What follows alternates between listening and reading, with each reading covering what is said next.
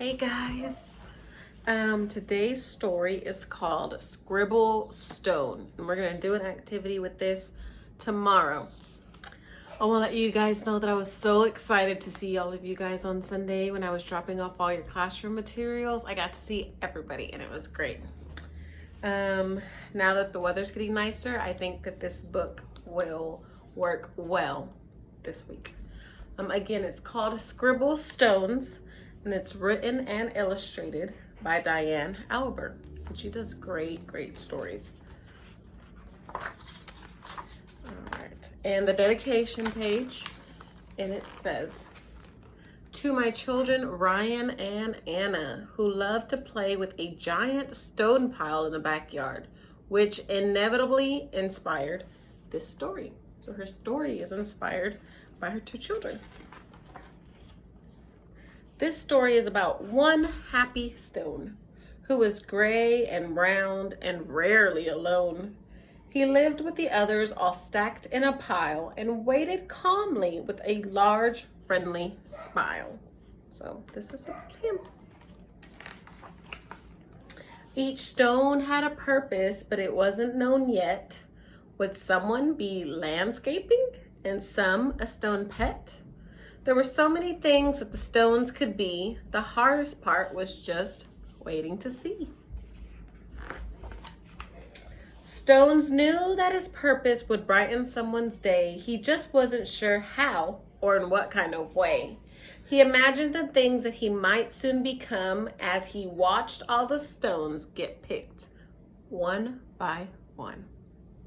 But his happy face slowly turned to a frown as he watched the tall stone pile start to dwindle down.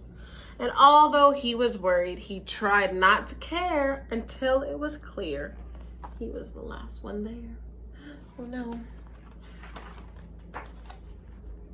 Then it finally happened. Stone was quickly picked up.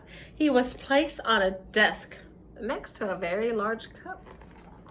What do you guys think he's gonna be? He's on a desk. Let's see. As Stone looked around, he thought, "This is so great." But he soon discovered he was a dull paperweight. "I'm supposed to bring happiness, not hold paper still. There must be a mistake. This just can't be my skill."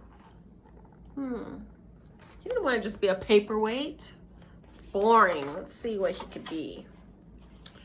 Then all of a sudden a splatter flew high, and then some bright squiggles came wiggling by. They were headed right towards the short paper stacked, and they filled up the paper on the front and on the back. Some scribble little friends showed up. They were all making art. It was happening so fast. Stone feared that the paper would simply not last. So here's all the paper. Let's see what happened. He couldn't believe just how much the pile grew. Then he heard a small cry from the fun splatter crew. Let's see. "We knew that this pile was getting too tall. There is no more paper. We've used it all." The scribbles all cried. They now saw it too. "This is a disaster. Oh, what will we do?" Now they're all out of paper, so now what are the scribbles supposed to do? Stone didn't want the scribbles to cry, so he thought of something they could all try. What do you think he's gonna do? He slowly rolled down the very large pile and said, "I know how to make you all smile.